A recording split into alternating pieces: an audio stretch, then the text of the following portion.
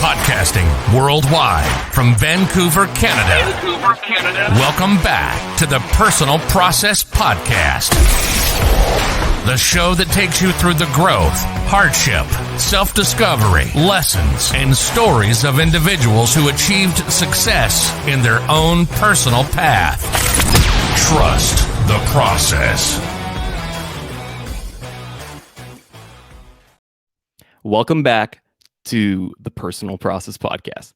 Today, we are honored to have Dr. Geoffrey Thor Desmoulin, host of Spike TV's Deadliest Warrior, principal at GTD Scientific, black belt in karate, and in my opinion, one of the greatest of all-time graduates from the Simon Fraser University Kinesiology Department. So with that said, Jeff, did I miss anything, and how are you doing today, sir? Wow, that's an amazing intro. Honestly, you're probably the most pro podcaster I've had the pleasure to deal with in 2020 with all those forms you made me sign. And I mean, it's out there now, and that kind of intro is just, I can't beat it. So that's awesome. Thank you for having me, Parham.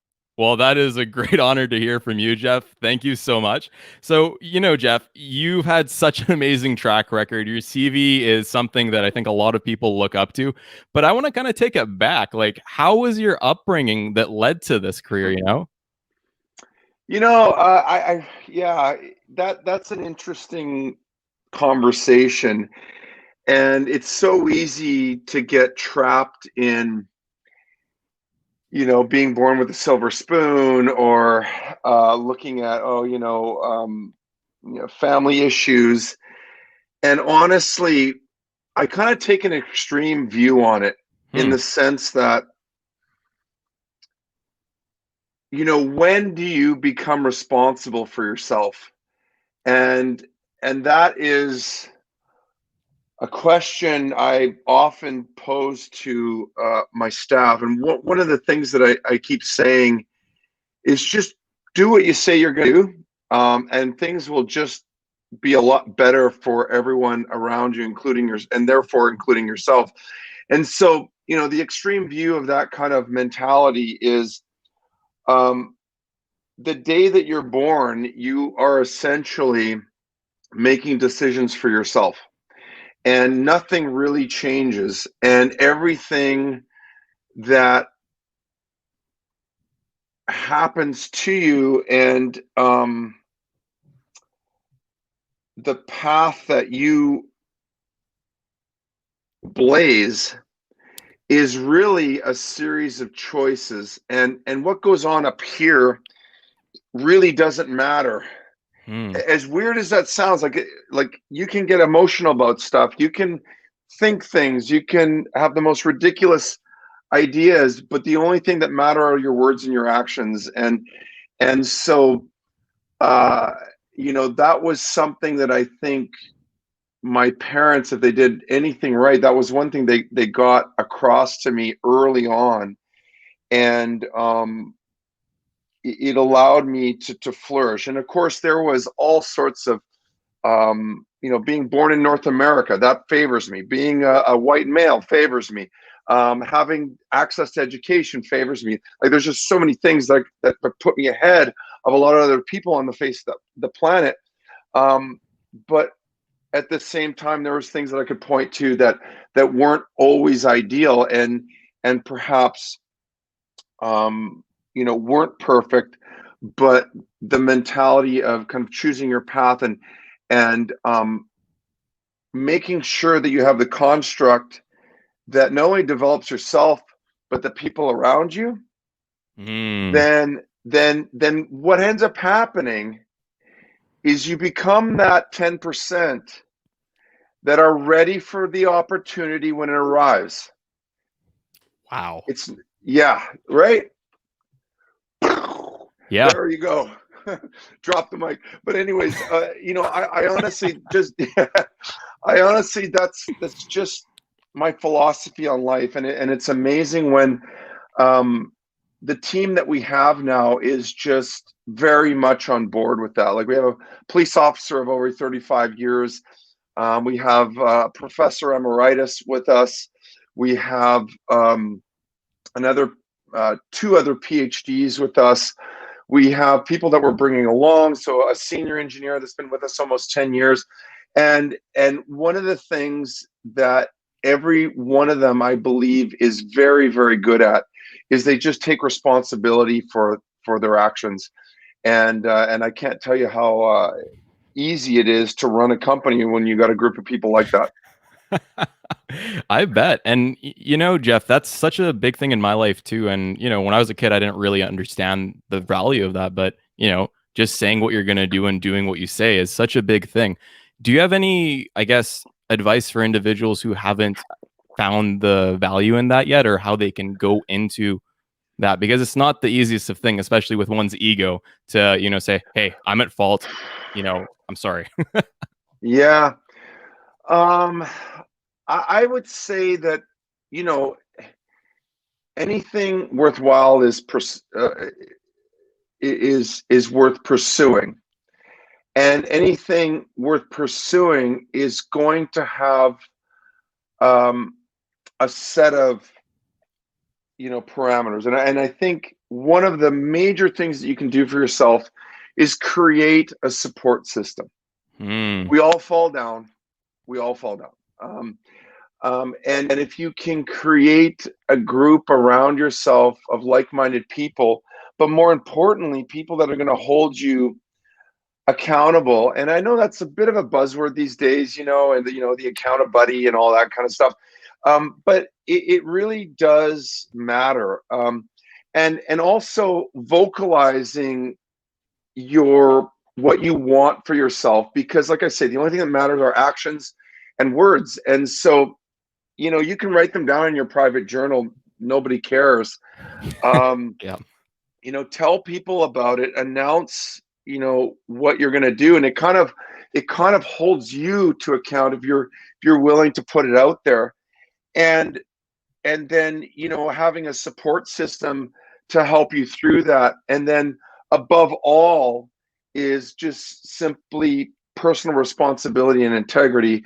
And I know that that is not easy for many people, especially in North America, and how we've grown up here, and gold star for everybody, and no man left behind, and there's just all these things that make it very easy for us to we'll pick it up tomorrow, and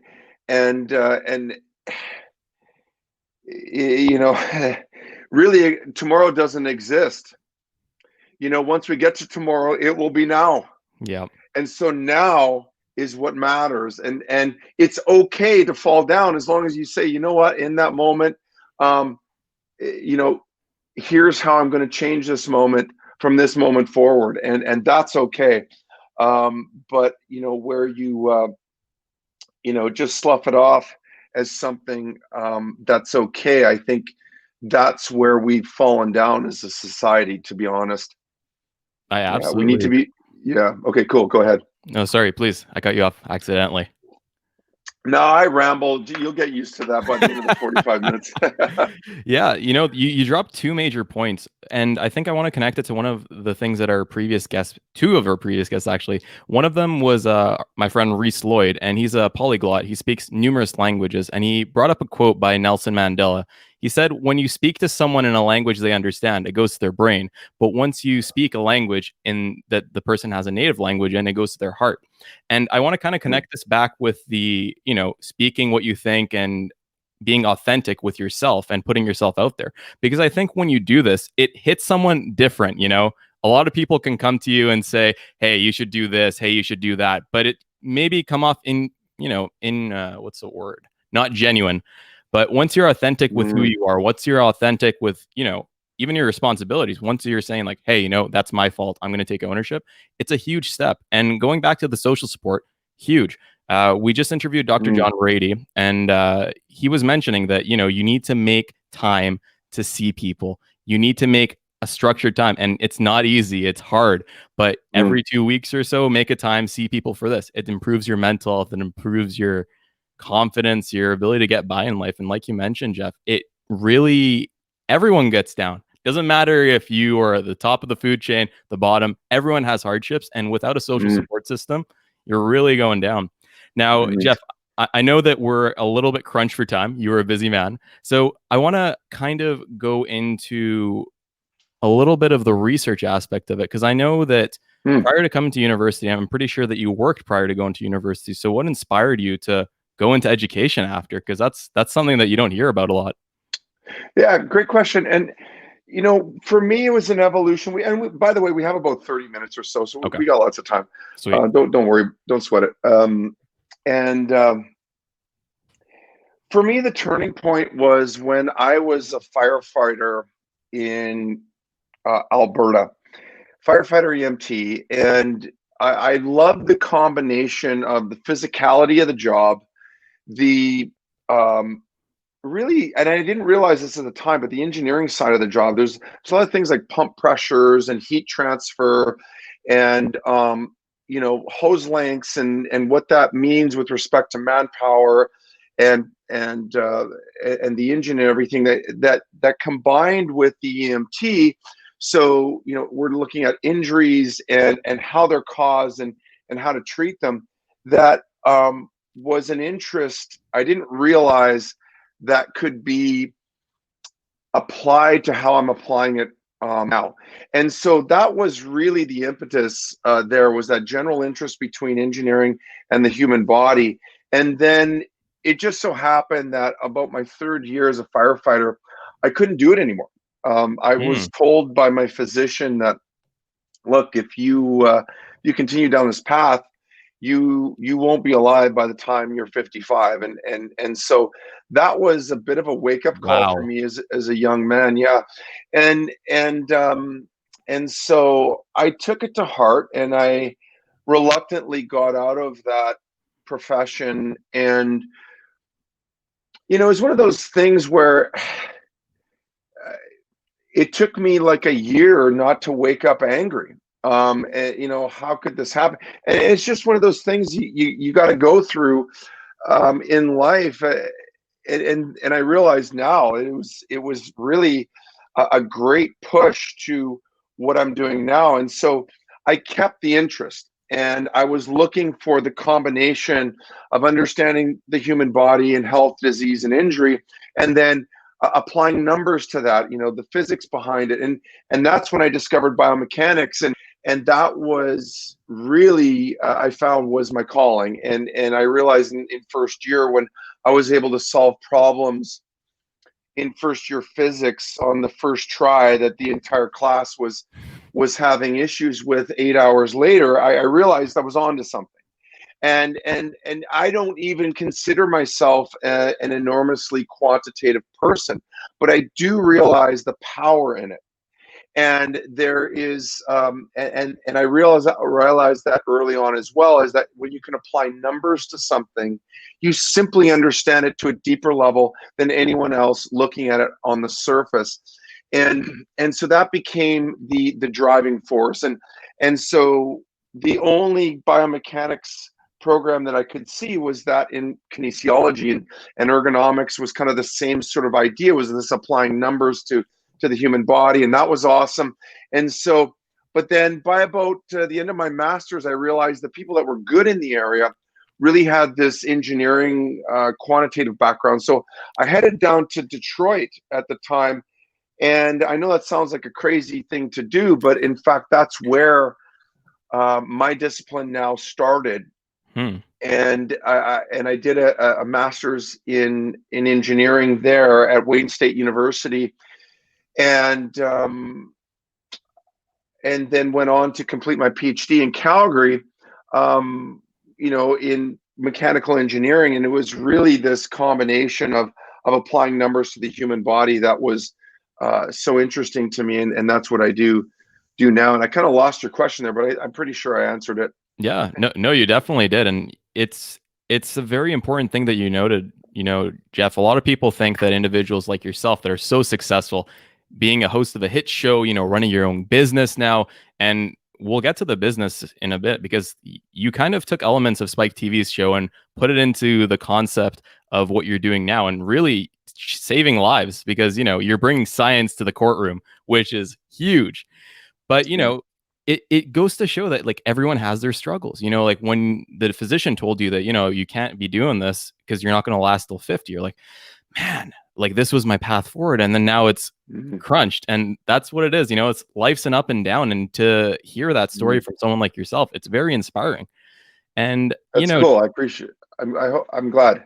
No, absolutely. And it's something that I'm trying to get to the audience as well, because, a lot of people are going through struggles, especially during this time like we have right now. And it's, we'll see if we can get into that in a bit, but you have so much cool stuff I want to hit into. So let's talk about Spike TV, because I know that you got an offer while you were doing research, and I was listening to some of your other podcasts, and you were mentioning that, you were like super excited and all that, but like, as a researcher, there aren't too many that are the host of a huge program like Spike TV. So was it always just like, yes, I want to do this? Or was there doubts? Was there anything like that going on in your head? It's funny. I still remember the day I got the call. I was literally in the cadaver lab at Wayne State University, and somebody ran down and said, Jeff, you're wanted on the phone. Some guy from Hollywood. Like, that was literally, I think, what was said. Yeah. And I'm like, well, this is strange. But my supervisor at the time was involved with a different show. So she had connections, and that's how, the call kind of went from the chair of the department to her. And then she was like, look, I'm busy and I got my own show, but this seemed a good fit for this guy. And so I came up to her office and I took the call, and it was none other than Tim Prokop, who is an award-winning director and the showrunner for season 1 of Deadliest Warrior. And he basically talked at me for about 15 minutes, asking me to create a video, looking at, introducing myself, looking at my background, and kind of explaining, what I do on a daily basis, showing them some of the equipment. And then, by the way, can you also do a short analysis on a fight between a Spartan and a ninja? And that was literally how the conversation ended. I said, sure, Tim, whatever. I'll give you the 15-minute tape. And I had so much fun putting this together that I realized that there was something to the idea. I immediately got warm fuzzies. And there was lots of people that were, Debbie Downers, that were just like, don't do this, it's going to ruin your career. Really? They're gonna mess with your explanations on television, and you're gonna say something. You're gonna end up, due to the edits, you're gonna say something stupid, and it's just gonna be out there, and you'll never go back. Well, here we are 3 seasons later, and about 10 years later, and I have yet to find anything negative on the internet about my analyses. And that was something that I really am quite proud of, because they were in the moment. And really what we were doing is just giving our insight from our technical background with respect to the information that we had. So we never really, were able to go outside of anything that we knew, because here's the information that we had. And it was usually just a high-speed camera footage. But based on what we were seeing in that high-speed camera, we could make some technical calls. And of course, if you want to get more accurate, and if you want more dialogue, and then of course you've got to do multiple trials, and throw some more resources at it, and maybe a more controlled environment. But with that one video, I would say what I could based on my experience and technical background on that one video. And so I never really overstepped any boundaries. And it was just enough information that the producers were happy, because it was something that we could share with the visual that they were sharing with the audience. And it was enough for the audience, because they don't really want to be sitting in a technical class when they're watching TV anyways, but they were in fact learning. And I can tell you, like, it was such a pleasure to be contacted by anywhere from, and I'm not even kidding you, from elementary school children's teachers all the way up to Cambridge University professors that were contacting me and saying, you know what, this is a great impetus to learning about geography, history, weapons of the time. And in fact, there was one person that contacted me about a bone chip that they had discovered in an old Viking dig, and they were trying to determine whether that bone chip was due to a battle axe or a sword? And so we actually put together a test, and we said, this is due to a battle axe, not a sword. And he's like, I'm still not sure. So he took his data and our data at the time to the Smithsonian, and someone at the Smithsonian confirmed our results. And so Wow. it was just a ton of fun. And I'm so glad that I could be part of something that gave back to making engineering cool again. Yeah. And Jeff, it's not just engineering, like you mentioned, it's history, it's science. And, for a lot of people when they're in school, they hear like, oh, science, boring and all that kind of stuff. But, once you actually go down and do science, like, I don't know about you, if I can speak for you, Jeff, but I find science so interesting from all levels, from the macro to the micro physics. There's just so much that you can add to your own life with it. And it's so unfortunate this is the notion that you hear in school. But Jeff, I wanted to kind of go to the nerdy side of it, the geeky side of it. Let's do it. In most episodes, you would hear that based on 1,000 battles between, I don't know, what was it, the Persians and the Spartans. I think, I don't remember who won or if that was even an episode, but this team won. And how did you guys go about getting that data? Because it seems really interesting, but I have no idea how you guys went about that. That's a good question, a very common question. We had a game engine designed by Slytherin Studios out of the UK, and that's what was given to us. And then Max Geiger, who was the IT slash engine runner or whatever, like data cruncher for the show, he was actually a game designer. Really? So he came up with some parameters, and it was, I mean, let's face it, like we have one test. We have one guy throwing a Viking spear a certain distance, and we kind of repeat that at various differences for camera. And so we now have a set of distances, and we have, whether or not he hit the target. And then we have an ER physician's call on whether it was a lethal or non-lethal impact. Okay, so that's the data we're dealing with, okay? But, it's amazing what we could do with that game engine. And those would be the set of parameters, like, okay, here's our medium range weapon. It was good from this point to that point. And it, based on the physician's call, we could give it a percent, kill value, if you will. And that's literally how that game engine was built out. And it was just very simple like that, based on our testing throughout the 3 days that we were filming. And then Max would work with the producers to run the simulation 1,000 times. And basically what you'd see is as these groups of warriors would advance towards each other, you'd start to see hits and kills when you started getting within range of the weapons that we actually tested. And then we just did that 1,000 times and saw who won, and we came up with the percentages that way. So yeah, I mean, as oddly as it is, that's how we did it.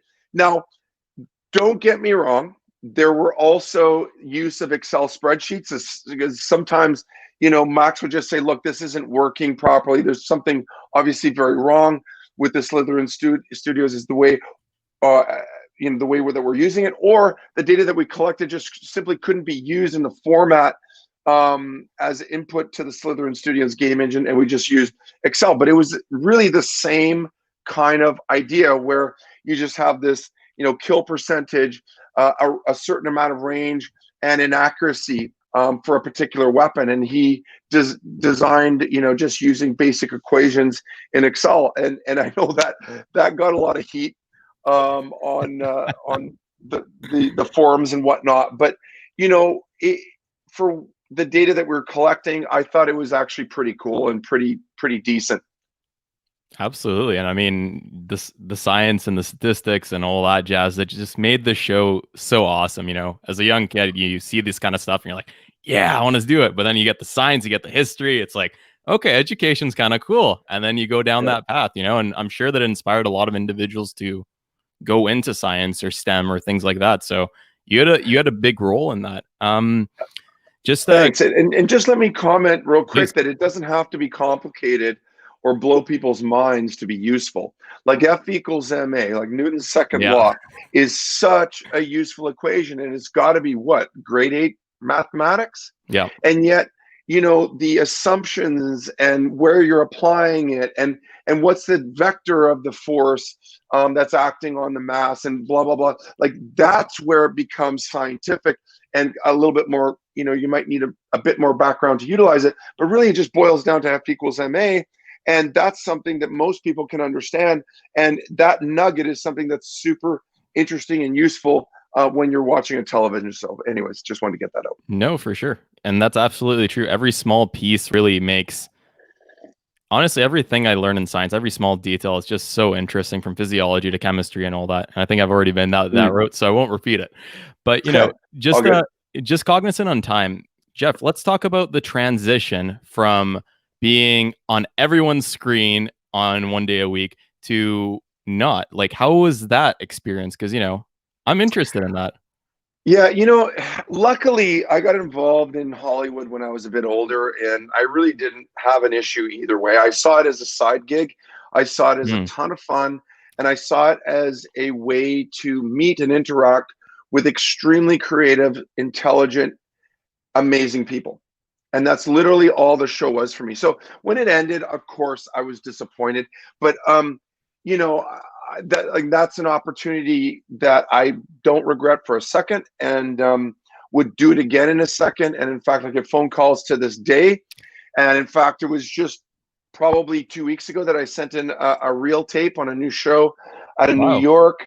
Oh yeah, like this stuff is going on. But what that made me realize is just how the stars align and the planets aligned with respect to Deadliest Warrior.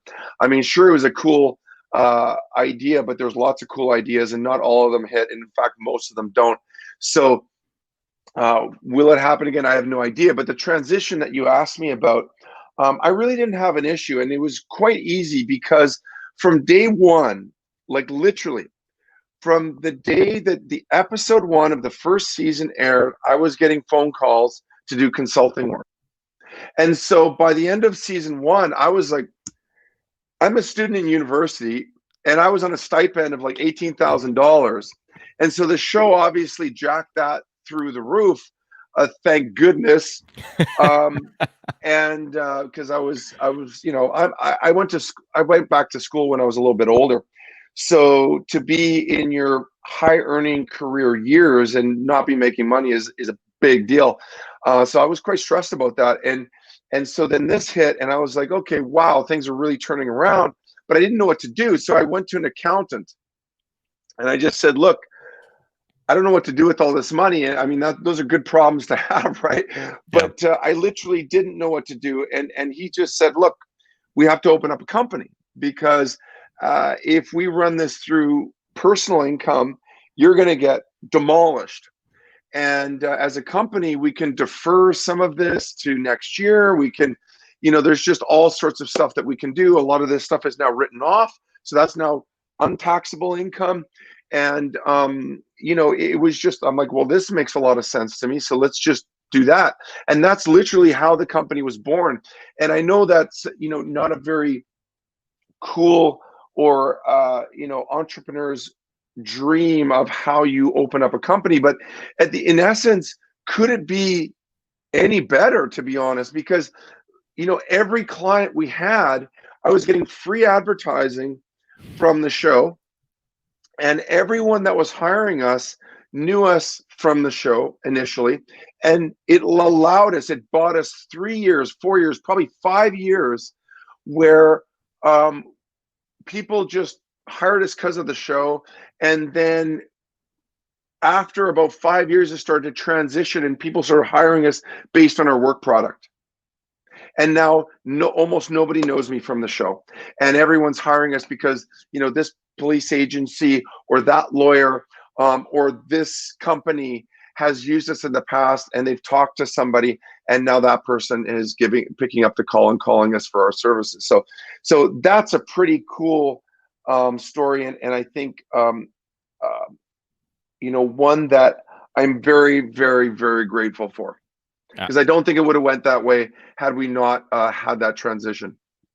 Absolutely. And, you know, it's interesting because I don't think you even thought about something like this when you signed up for the show, but you take one experience and then it leads into something, and it's your own personal path. The stars are aligning and then you go forward with it, and it happens the way that it was supposed to happen, which is a huge point. And Jeff, I wanted to ask you, what's something that you wish you knew prior to starting GTD Scientific, like that would have helped you back in the day? Deep question, I know. Yeah.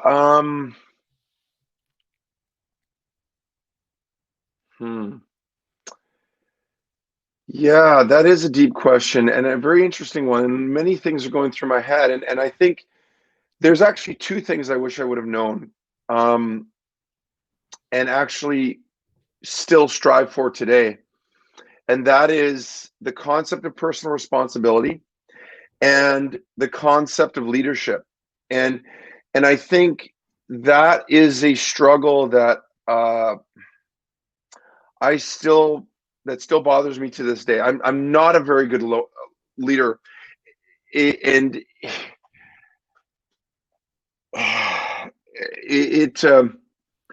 like when you do 4 degrees in technical areas, it gets you good at something. It gives you an ability to get good at something enough that people will pay money for that service.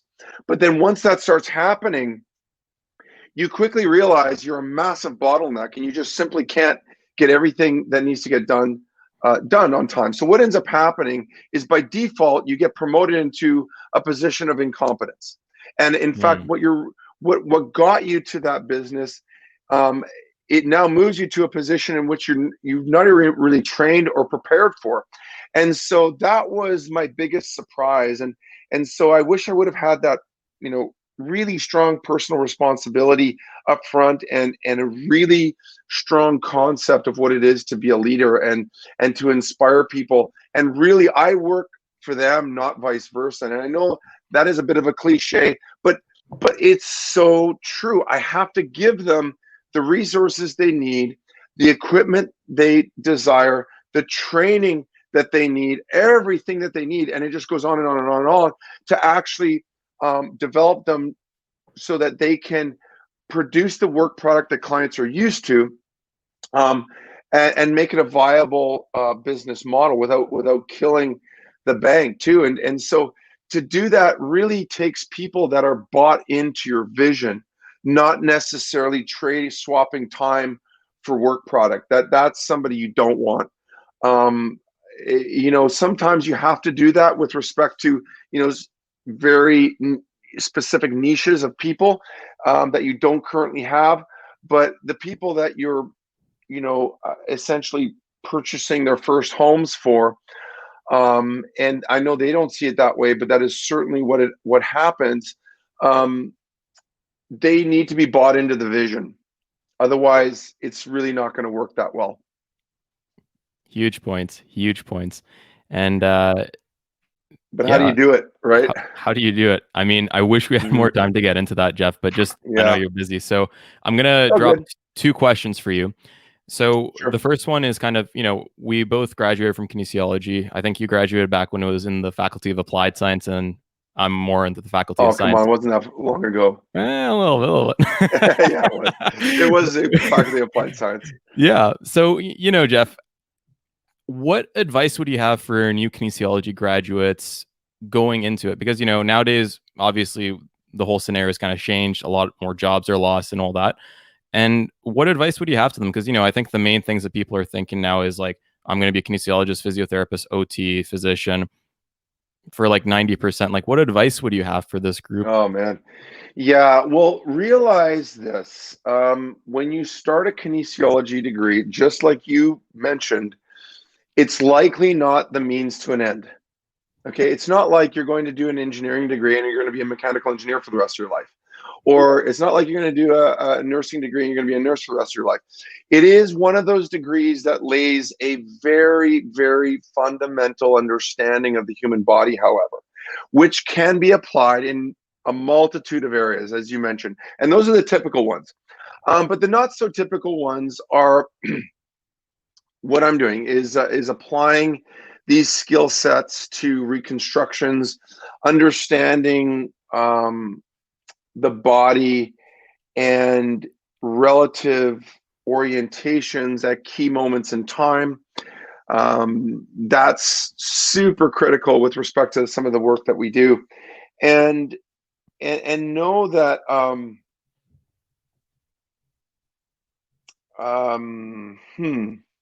insurance is another one that I think is really kind of important, and not a lot of people think about that. But if you're evaluating cases in insurance for disability benefits or what have you, like, kinesiology is a great background to have for something like that, and they're getting hired more and more all the time. WCB is another one that I think can utilize kinesiologists' backgrounds. Construction site inspectors, and these are pretty specific examples, but that's kind of the beauty of kinesiology is everything involves a human. The human body. Yeah. Everything. Even if you're building robots, somebody designed that thing, and somebody it's got to be maintained, and so the ergonomics of the machinery, like, I mean, everything involves a human. And so be creative, don't get stuck with your common ideas. And we do business courses, by the way, although the one that we're focusing on right now is the science of violence, because it's been so successful for us.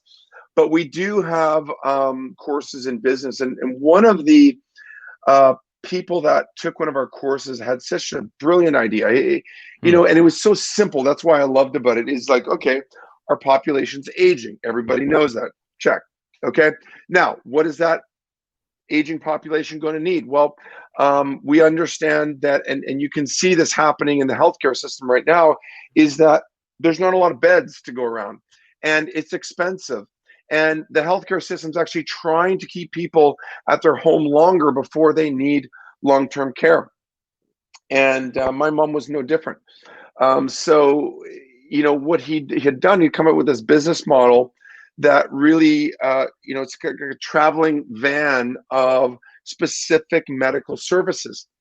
And you would go to people's homes, and that now assists, you know, people's ability to stay at home. And it's not this, you know, I can't remember exactly the model, so I apologize, but it wasn't like nursing or giving of meds, or, you know, because that comes with a different price tag, right? Sure. And that's now more integrated with the healthcare system, whereas he was a little bit more independent and could operate both with personal clients as well as the healthcare system.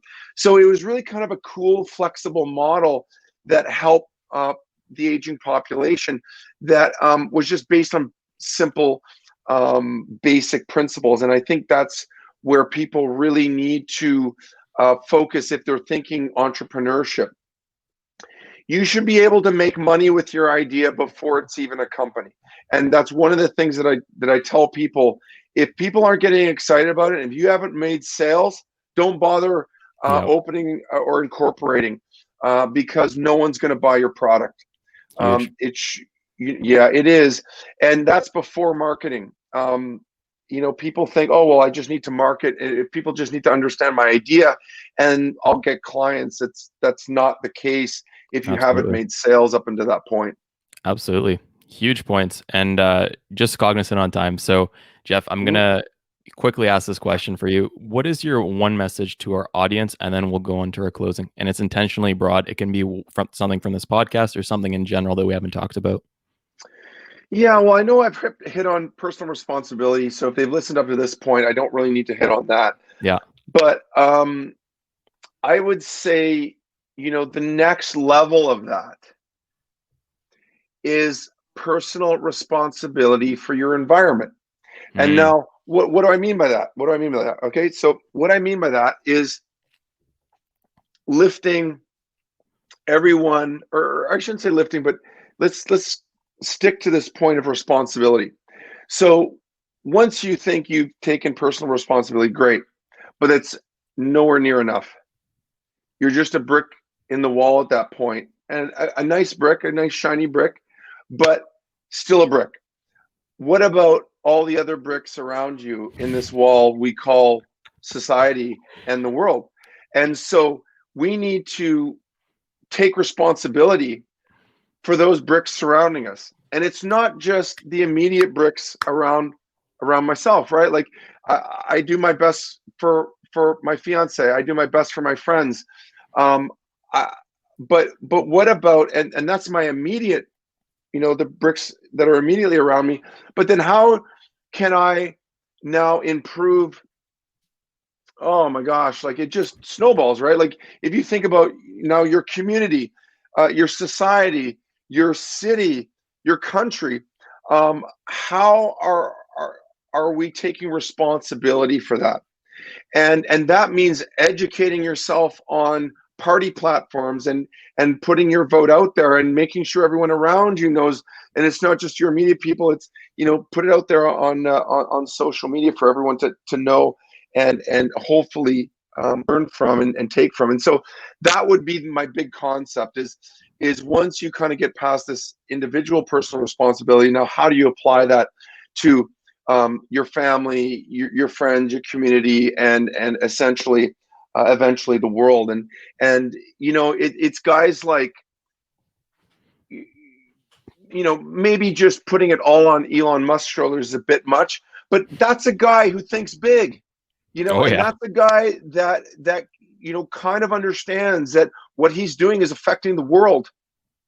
And so these are not ideas that are impossible, and they're not ideas that are outside of anyone listening to this podcast. It's just a matter of words and behavior. Huge. Go for it. Huge. Yeah, go for it. Huge. And with that said, Jeff, thank you so much for being on our program. We explored so many different concepts, from taking responsibility, using that responsibility to change the world, really, and how, every action, even though some things that may seem bad, such as, hearing that you can't do this anymore, can actually lead us to something that's even greater. So even more reason to trust the process. Yeah, trust the process. So thank you for coming on, Jeff. It was an absolute pleasure having you here. And to the audience member, thank you again for listening to the Personal Process Podcast.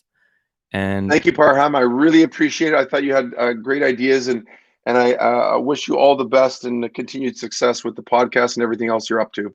Thank you so much, Jeff. And with that said, we'll go into our outro. Hey, everyone. Parham back after another amazing episode with another amazing guest. We hope we added value into your life so you could take the tips from this episode and fuel your process forward. If you enjoyed our episode today and think other friends or family members may also appreciate the lessons that our podcast brings, be sure to share us with them. Subscribe and rate our show so we know how we did. And always remember, trust the process.